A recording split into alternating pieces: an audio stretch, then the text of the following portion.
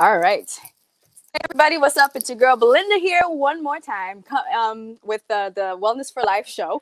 And on this show, as you know, if you're new to this channel, what I'd like to do is I like to chat with everyday people who've gone through health transformations by simply changing their diet and their lifestyle. And as a result, they have amazing health transformations. And we do this here because we would like to inspire others to start their own journey.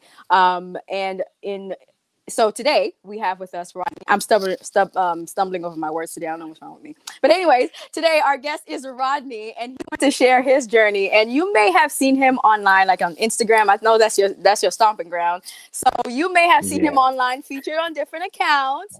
And so today he's going to share with us his journey, and he's also going to talk about his business as well. He has some coaching that he does, and so you'll have an opportunity to get a little in depth with Rodney. So let's start our conversation, Rodney. So tell us a little bit about yourself before we get started into all the health stuff.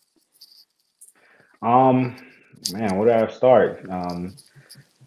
Right now I'm currently in Atlanta, Georgia. Okay. Well, not in Atlanta, Georgia, Hampton, Georgia. I tell people, yeah, I'm in the area. I'm in Hampton, Georgia, 50 minutes south of Atlanta. I use Atlanta because that's the general area people know. Born and raised in Miami. I moved here in 2015. May 1st is going to make 6 years I've been in Georgia. Nice. So this is home. This is home for me and my family. That's awesome. So yeah. Been into fitness my whole life. Started at the age of 13 working out because I was in the same situation, overweight as a teenager, as a child and a teenager.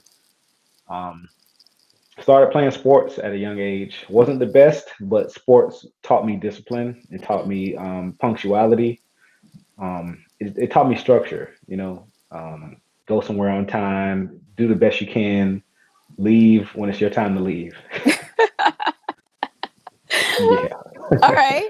Okay. So you mentioned that you started when you were 13. Was there an event that inspired you to start at that young, or you were just like, hey, I'm getting to sports, and you started seeing the difference and you're just like, I'm just going to keep doing this?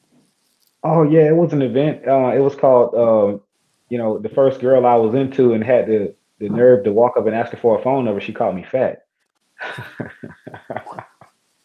Wow. And I was like, oh, no. I can take that. So that was rude. That was in the seventh grade. So my brother says, well, you got to wait till you're 13 to start lifting weights. I said, okay. Waited a few more weeks. 8 a.m. on my 13th birthday. That was the first time I got on the bench press. Nice. I've been lifting weights the entire time. From 13, I was weighing 265 at 13. Wow. Got in shape. By middle school, high school, I was starting to shape up, starting to develop. Mastered the basics, playing football. I learned technique, good form. I learned punctuality, which carried over into my work life as an adult. It shaped my life for the future, so I'm very thankful for that. I was born and raised in Miami at Miami Carroll City High School. Well, elementary, middle, and high school. I went to all the Carroll cities. So yeah, that it just molded me to be the man I am today. And it prepared me for the things in life that I didn't even know were coming my way. Middle school, the goal, the why was to get the girl.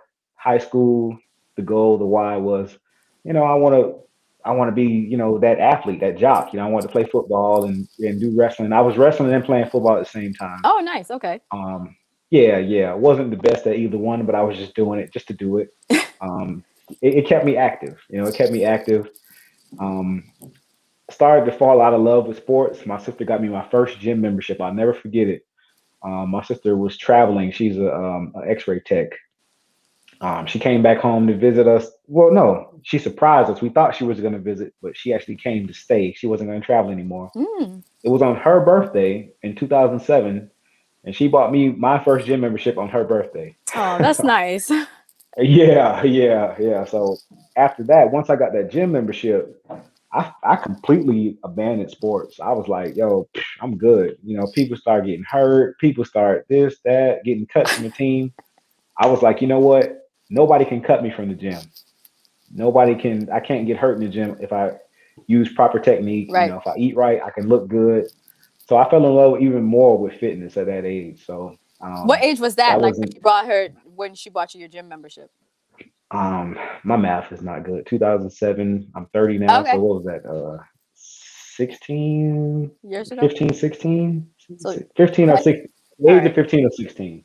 So okay, all right. Keep going. yeah, yeah. So at that young age, I say, hey, I learned from the older guys that were in the gym actively daily. If I eat right, I take care of myself, I use good form, I can do this forever. That was my mindset, longevity. I wanted to stick around for a while. So I fell in love with fitness. I fell out of love with sports, and that was it.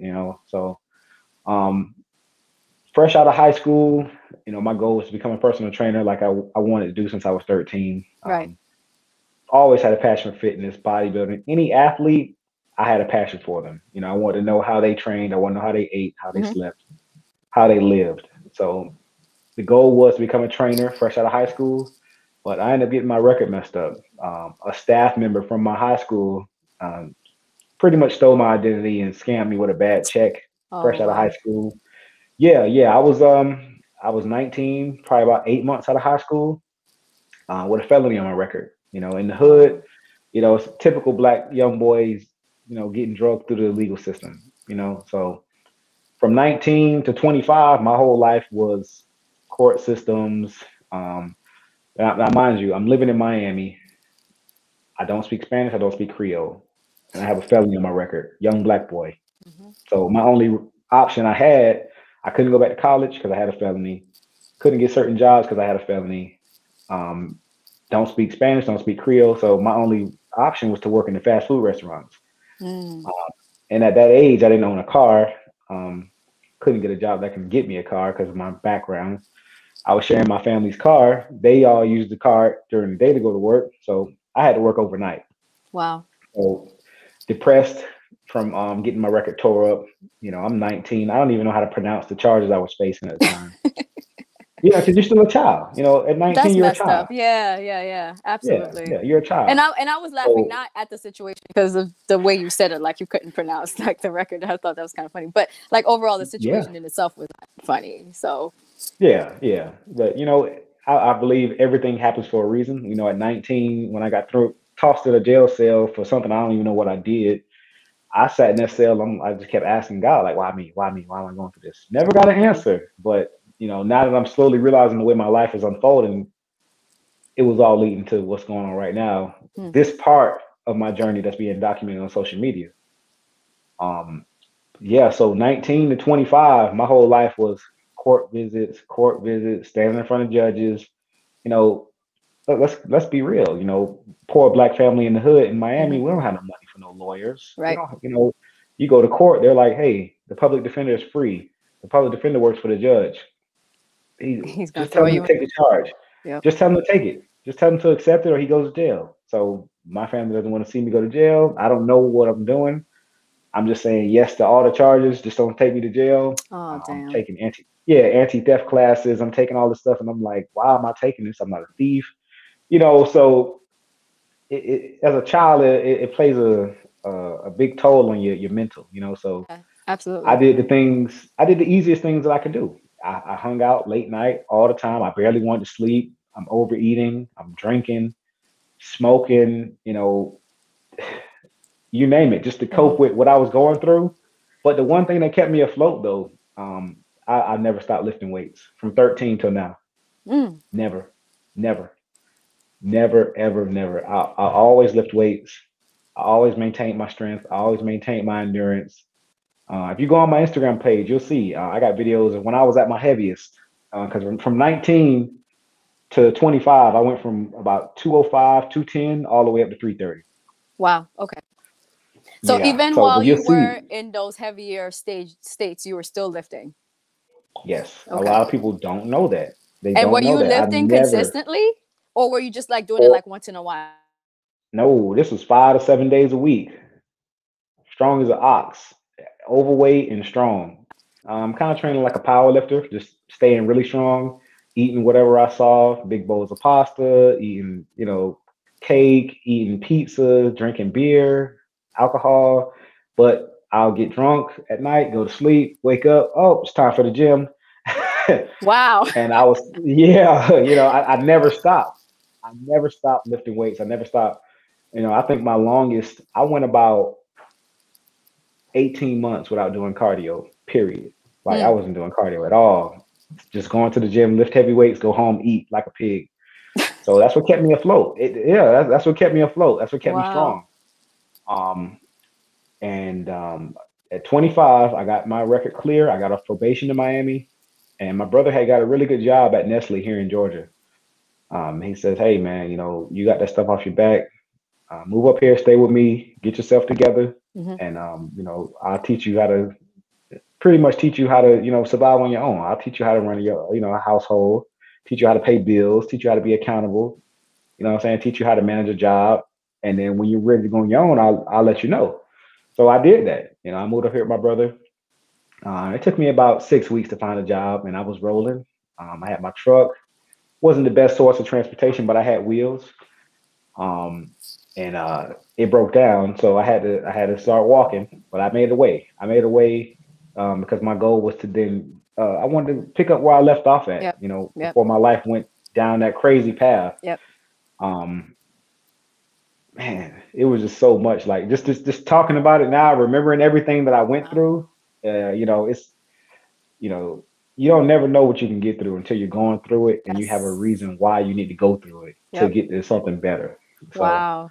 Thank God yeah, for that was your 25. supportive brother who was able to Oh help you. You know what I yeah, mean? Like that's awesome. yeah, yeah. Our dad, he's a bomb. My brother, he is the father in our relationship.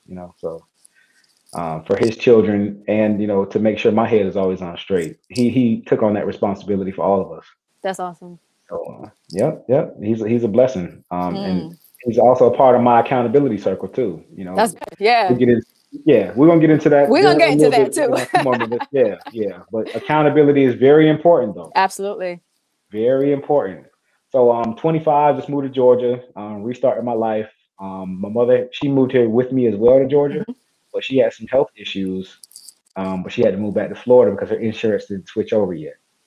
So my mother moved back to Florida in 2015. So I'm getting myself back on my feet, getting my finances back in order. My record is expunged now, so I'm restarting my life at 25. And my brother tells me, "Hey, in January, no, in February, we're gonna go surprise our mom. We're gonna surprise mother in Miami. We're not gonna tell nobody. We're just gonna take a surprise flight and go see them." So I go, "Okay, cool. This is the beginning of January 2016." So all right, cool. I'm gonna kick it up in overdrive. I haven't seen my mother in months. I want to look good when I see her. So I started working out, hour and a half, 2 hours a day, hour weights, hour cardio, 6, 7 days a week. I'm trying to look good to see my mom. And that February 2016, worst phone call of my life. My mother had passed away. Oh, Yep. that's. I'm so sorry. Yep. Imagine getting having an open heart surgery. They remove your heart and they leave you on the table. You're still alive. They leave you on the table and they tell you to patch yourself up and you don't get to go to recovery. You got to get out of here. That's how that felt. Damn. Sorry. And you said she was having Yeah, health it's all issues, right. right? And she was having health issues. We kind of saw it coming, but you don't want to think about that. If the doctors aren't talking about it, you're not thinking about it. But Oh, it was a I'm sure. lot that Yeah, she dealt I'm with. It sure. was a lot on her body, and it was that time. Mm, So wow. she raised us right. She raised us to be strong. She raised us to be responsible. Um, and we honor her every day, and that's all we can do. That's right. That's right. That's right. Yeah, That's yeah. right. So Wow. that took me even further down that depressed path. I can Um, imagine. Yep. yeah, a man losing his mother, that's like it's you can't I can't even describe it. So um, I was dealing with it the best way I can. Started drinking even more. Started eating even more. It was some days, like I said, even my mother passing, I still never stopped going to the gym. Mm, As depressed as I was, I would go to because I would confide in my mother all the time and tell her everything y'all seeing on social media that's being documented right now. She knew about it. I would tell her in my darkest hours, like when I was just down and out, like, mother, I really want to do this. I want to do it. She never discouraged me. Oh, you could do it. You just got to focus. You got to apply yourself, always encouraged me every single conversation I had with my mother. So I never gave up because of that. Um, but without that, it was weighing on me. So it was some days I would just go to the gym and just be on the bench press and just sit there crying. Like, that's all I had to turn to. So I got through it. I kept pushing forward, but the drinking got worse, the eating got worse. I was getting bigger. I was still around 320, 330. Um, Even started becoming, like a womanizer. Like I was doing anything to not feel hurt within me. I was trying to break hearts. I was trying to drink. I was trying to, smoke whatever I You could. were numbing. You were I didn't trying to even numb the pain. trying to numb the pain. Like I would rather break this young lady's heart than to me be feeling pain. Like I was getting to that point in my life. Yeah. Until I met my wife. Well, I thought she was going to be another prospect, but she had other plans. She quickly changed that for you. Like, Well, yeah, I gotta tread carefully because she's working upstairs and she can hear me right now. So yeah, yeah, I thought it was gonna be another quick stop and go, but nah, yeah, that was it right there. mm, That was my mother passed in February 2016. I met my girlfriend at the time, my wife now. We met in May of 2016. Um, my friends and family thought I was just using my relationship with her to grieve, but nah, she was the one. I knew it, mm. and she knew it too when we first met. But she knew something was off about me. It took me. We met in May 2016. I didn't Yeah. tell her till about July that my mother wasn't with me anymore. It's about two Wow. months.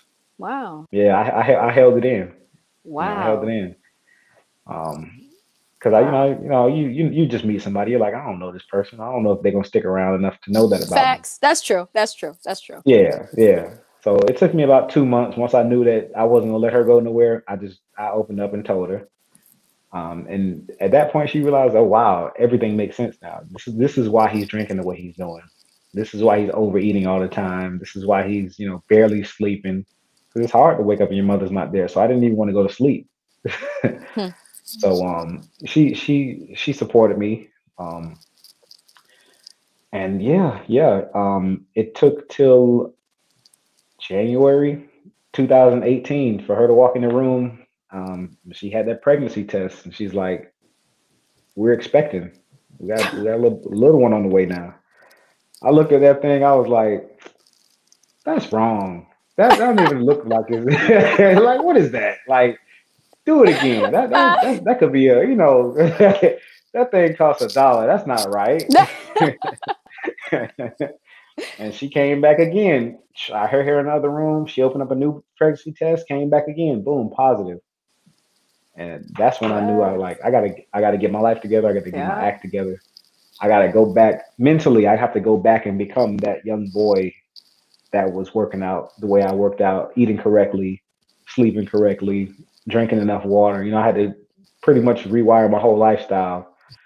Um, but I wasn't going 100% like I should. The Mm. whole time we were, throughout the whole pregnancy, I was still working out like I normally do, still working long hours of overtime, still drinking, still eating, but I was eating better than I was. Mm-hmm. But when my baby boy was born, it was just like a chemical reaction in my brain. It was Snapped. very primal. Yeah, it was very primal at that moment. The first Mm. time I held my child and looked him in the eye when he opened up. Um, Yeah, I told him, I said, you're never going to remember this conversation, but you're never, ever going to have a memory of me being 330 pounds ever in your life. Wow. It's only going to be in photos. You're never going to lay eyes on me at this weight ever again. You'll never have that memory. So that's when I really got to work. I enjoyed my 2 weeks of paternity leave. It's not maternity for men, paternity leave. Yes, it is. I, yeah, I had to get it right. I was like, yeah, I'm on maternity leave. They're like, Like, nah, nah. uh, There yeah, ain't I it. enjoyed those 2 weeks. Yeah, I enjoyed those 2 weeks of doing absolutely nothing. Just spending time with my boy. And I went back to work like a man possessed. I went back to work. Diet was on point. My cardio was on point. I didn't want my wife to work, so I was the only one working. I would Mm. work as many hours as I had, 50, 80 hours. As long as I can pay the bills and afford my healthy lifestyle now, to buy groceries for all of us, pay gas, pay the bills, I was rolling. Like it was nothing you can do to stop me. That was from October until January. Um, in December, I had hired my mentor and coach at the time, very good friend now, AJ Ellison. I said, if I'm gonna get this weight off of me the correct way, I'm gonna get this weight off of me and pursue my career the correct way, like I should have did at 19. Mm-hmm. I gotta get a mentor. I have to get with somebody that has been there and done that in the Mm-hmm. career path that I'm trying to go down. So first thing he told me is like, hey, that's a great story. You got your baby boy. But if you want me to mentor you and coach you on how to become a trainer and be successful in this fitness industry, you have to get that weight off of you. Mm. Plain and simple. He's like, I'm not going to teach you how to train somebody and you're overweight. Yep. So at 330 pounds, I got to work. Um, and from December 2018 till, we're going to say, I don't remember the exact time frame, but I know I went from 330 to 258. Boom. Wow. And that's when he started taking me seriously. I started feeling more confident in myself, and I was like, you know what, I can keep going. So long story compressed, it took 55 weeks for me to go from 330 pounds to 200 pounds. I 55 averaged, weeks. That's I good. averaged, Wow. yep, I averaged 2.6 pounds every single week. That's what's up. Every single week, never missed a beat. Every single week. And after that, he's like, okay, cool. Well, now that you got the weight off, now that you look the part of a coach and a trainer, this is what you have to do to take clients. These are the certifications you have to get. You have to take these classes. You have to do this, your CPR, get your business cards, your flyers. You have to, you got to market yourself. And I went from there. I took it and ran with it. And I just started reaching out to people. This was November 2019. So before all the COVID stuff happened in Mm-hmm. 2019, I was taking clients face to face. Um, Then from November 2019 until early 2020, when all the COVID stuff happened, I had about three clients faithfully face to face. They were paying me $600 a month in full. I said, okay, well, I got three clients, $600 a month. I make X amount at my job. Okay, if I never want to work a job again and pursue my passion full time, my goal was to get 10 personal training clients. Then COVID happened. So yeah, so I was still working at the warehouse, still training people on the side. COVID happened. I said, you know what? I'm not going to give up. I'm not going to give up. I Right. refuse to Right. give up. I didn't give up on losing the weight, so I'm not going to give up on my career. So I started marketing myself online on social media. I didn't have any client before and afterwards because I had just started as a new Yeah. trainer. So Yeah. I was like, you know what? Somebody's going to see my transformation and they're going to realize this guy knows what he's doing. Right. Even if he don't know what he's doing, he's been through the process. Right. Right. Right. Right. And you Yeah. would be So further along than whoever wants you to help them. So obviously, right, at least what to do up to that point. right. So even if it got to the point where it was like, okay, well, the client can go, well, this trainer is in better shape than this guy, but this guy used to be the weight that I am now. Right. You know what I'm saying? So that's how the client gets to choose which coach they want to go with. Do I want to go with the guy Absolutely. that's been in shape his whole life? Do I want to choose this guy who's been, 200 pounds his whole life? Or do I want to go with this guy that was the same weight I am, 330 pounds, and he's now 200 pounds? And, the client goes, hey, I'm going to sign up with you. You used to wear the same size 50 pants that I wore, that I'm Mm-hmm. wearing right now. Mm-hmm. So that's how my business grew online. That's how my social presence grew online. Um, and yeah, just my goal now is just to just keep pushing forward, trying to reach as many people as possible.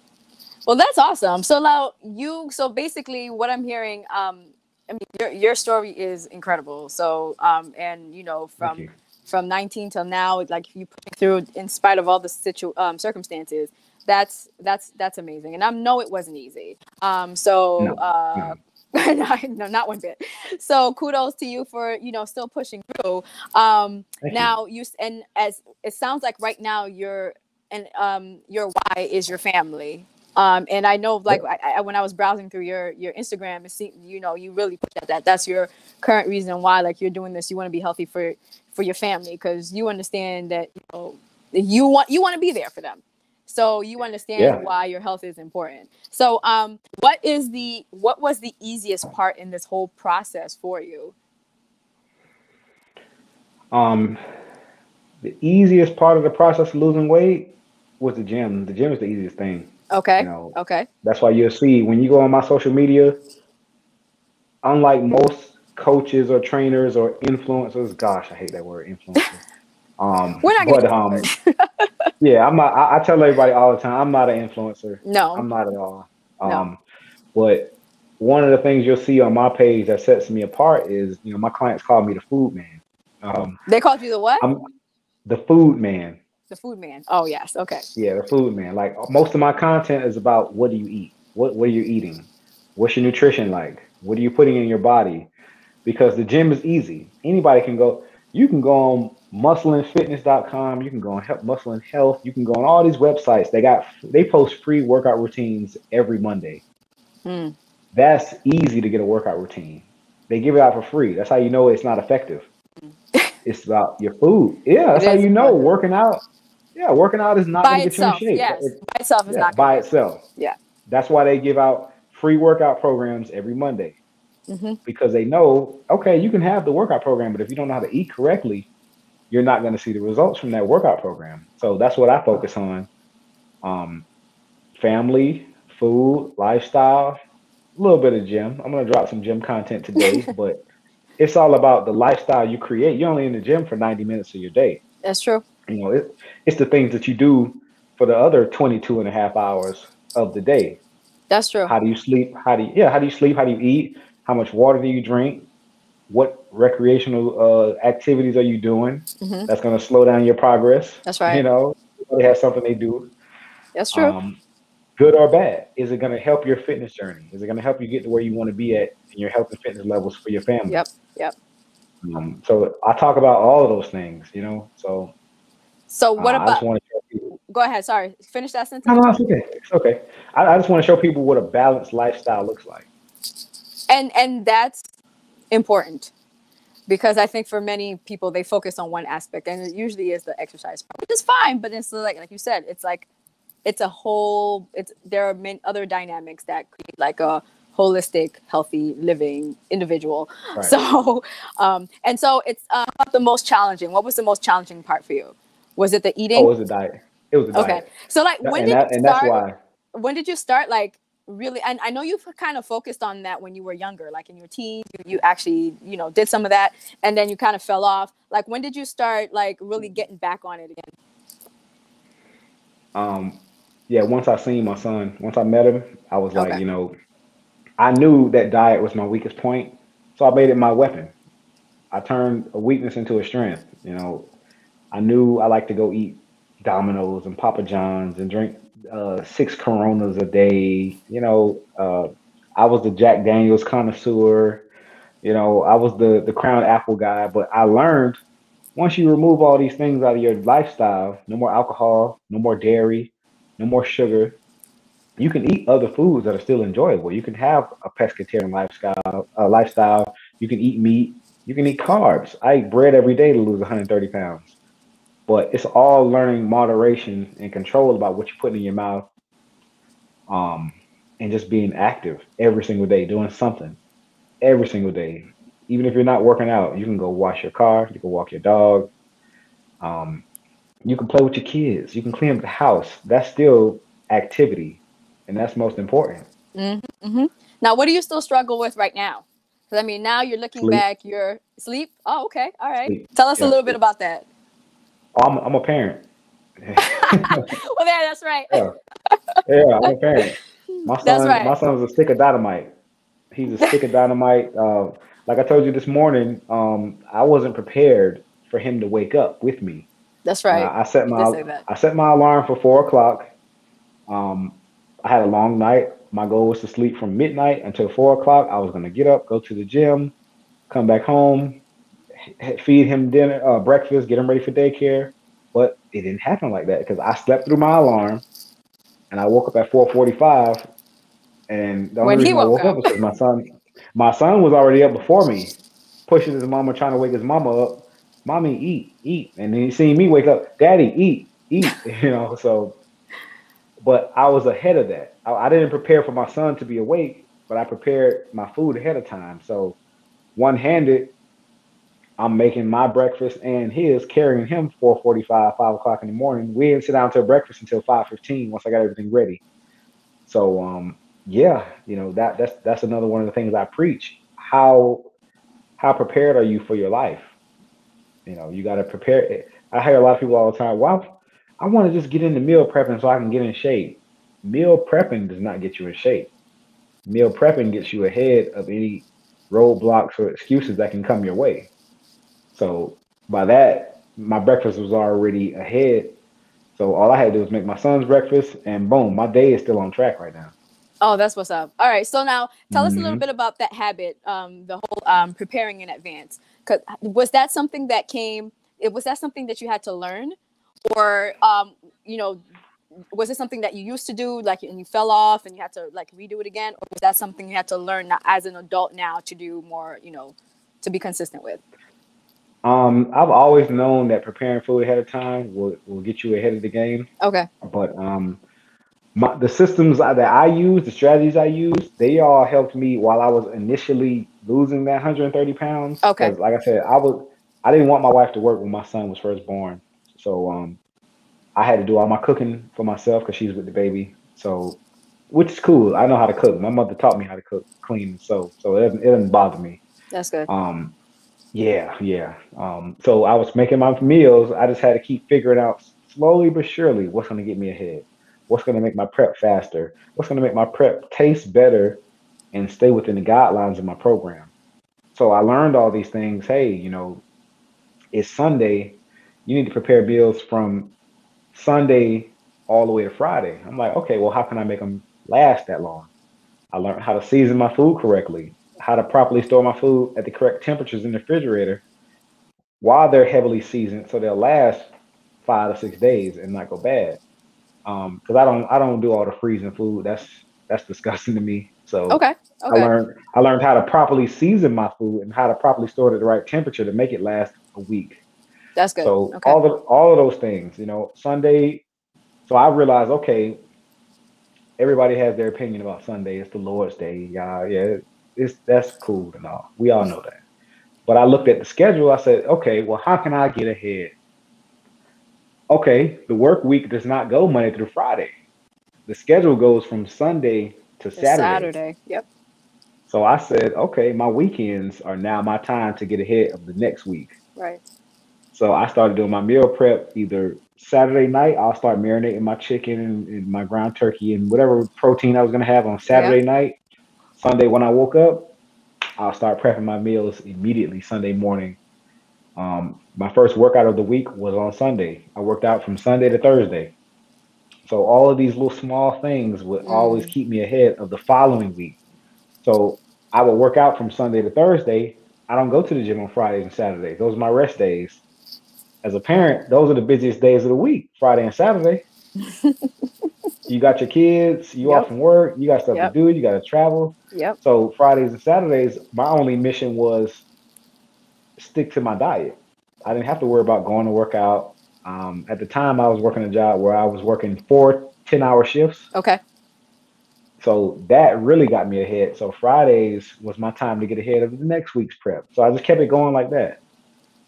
That's awesome. Now it sounds Hmm. like I mean you were doing a lot of cooking, and as a dad now, your husband, your father. How do you, Yep. or do you incorporate some of your cooking, like with your family? Like, is your wife also on board, like with your meal plans, or is her slightly different? Or tell us a little bit about that, because I know there are probably a lot of parents out there who sometimes struggle with eating healthy and then like doing the introducing the family into it. So tell us your process. Oh, with my family, like I tell a lot of my clients, it don't matter what your family eating. If you gotta lose X amount of pounds, you make your food and you help your family. If they don't want to eat what you eat, they don't want to eat healthy, cool. Don't force it on them. Right. You do what you Right. have to do for yourself, for you to get better. And if your family wants to eat pizza, if they want to eat pasta or they want to go out to eat to a restaurant, that's fine. Let them do that. Help them cook their foods that they want to make. If they want to order pizza on a Friday night, do that. You don't have to eat that food. That's true. You don't have to eat that food at all. I have plenty of videos, plenty of photos of me and my son every Friday. He knows it. at the age of 2, he knows Friday is Papa John's, Friday is Domino's, Friday is Pizza Hut, something. He's getting either pizza or pasta from one of those restaurants. But do I eat that with him? No, because that's not aligned with my goals. That's not going to get me where I want to be at. So, but as far as throughout the rest of the week, my wife and my baby, what I'll do is I'll just simply overcook the foods that I'm eating. So Okay. if I'm making rice, if I know I need 6 cups of white rice for the week to feed me, I'll make 10 cups of white rice. So that'd be enough for the baby. That'd be enough for my wife. If I know I need 5 pounds of potatoes for me for the week, I'll cook 8 or 9 pounds. So the baby can have some sweet potatoes. My wife can have some. We buy plenty of greens, a lot of green vegetables. We buy a couple packages of spring mix. We'll Hmm. overcook. Well, not overcook. I'll over purchase broccoli, whatever greens Okay. I'm having. I'll buy more than I need for myself. So that way, it's always small things in the house that are healthy. She can put a meal together. Um, Small things like that you can make a meal with. Like sometimes my son is in the mood. He doesn't want a proper dinner. He just wants yeah, he'll get He like just this. want his belly He'll just full. want he just wants to be full. So it'll be some nights. Some nights I don't have to cook for my son. I can literally put a couple tablespoons of white rice in a bowl. Get a package of tuna that's in the little Ziploc bag that's drained out of water. I'll get some tuna, some white rice. He wants half of an avocado, and he's gonna eat that. Boom, he's good for the night. Wow. Very simple meals, very nutritious meals, very healthy meals. He likes it. We love it because he's full. Yeah, it's true. So And he's not yeah, eating yeah, junk. Like he's eating home cooked meals and all that stuff, which is much better right, than eating stuff from outside. And it's nice that you balance it. Like, there's one night he knows that okay, he can have a little bit of something else, but overall, it right. sounds as if you guys try to be more consistent with at least home cooked meals during the week. hmm Like tonight, he's had a rough week because my son has eczema, so he has a little flare up Mm. right now. So I got him a little treat to prime him for the weekend. I got him a cake pop from Starbucks. He loves those. He loves them, but he can't have them every day because that's too much sugar. Right. So just I really believe for our children, they need the healthy food, but as parents, you know, they don't buy no food. Kids don't buy no food. It's up to you to That's put the right. correct foods in the house for them. That's right. Oh man, you don't want to eat this baked chicken, or you don't want to eat these kale salads with Yep. spinach and carrots. I don't know what to tell you. We don't have no more food in the house. It's like, well, I guess you're gonna be hungry tonight. No. I guess you're gonna have to fight that growling stomach all night because Yeah. we ain't Oh got my nothing else. goodness. Oh man. Plenty of water. Yep. Yeah, plenty of Yep. water. Yeah, Well, you get yeah. full I of didn't. I water real didn't. quick. Yeah, I didn't let my son leave the house today until he finished 8 ounces of water. A toddler. I sat there with him. I got it in a straw. But hey, listen, we're not leaving until you finish this water. He don't know that, but that was my mission. He was gonna finish 8 ounces of water before daycare. So just That's those good. things like that. Just taking control. Not necessarily being a dictator, but just know Hmm. things. You're doing these things to benefit your family. You That's know. right. I recently saw a video online. It was a guy. He got wheeled into the ER, overweight. Um, they're reading his stats off the chart. They're like, all right, we got a 32-year-old male. He's 5'9", 330 pounds. He had a heart attack, and they're checking his vitals as they put the light in his eye. The nurse is like, well, how does that happen? And he saw his whole life flash before his eyes. It took him back from when he was 30 to 25, Mm. 25 to 20, through his teens. As a baby, he was eating incorrectly his whole life because his parents was giving him French fries since he was a baby. Wow. They were buying him pizza because every day, hamburgers, fries, donuts.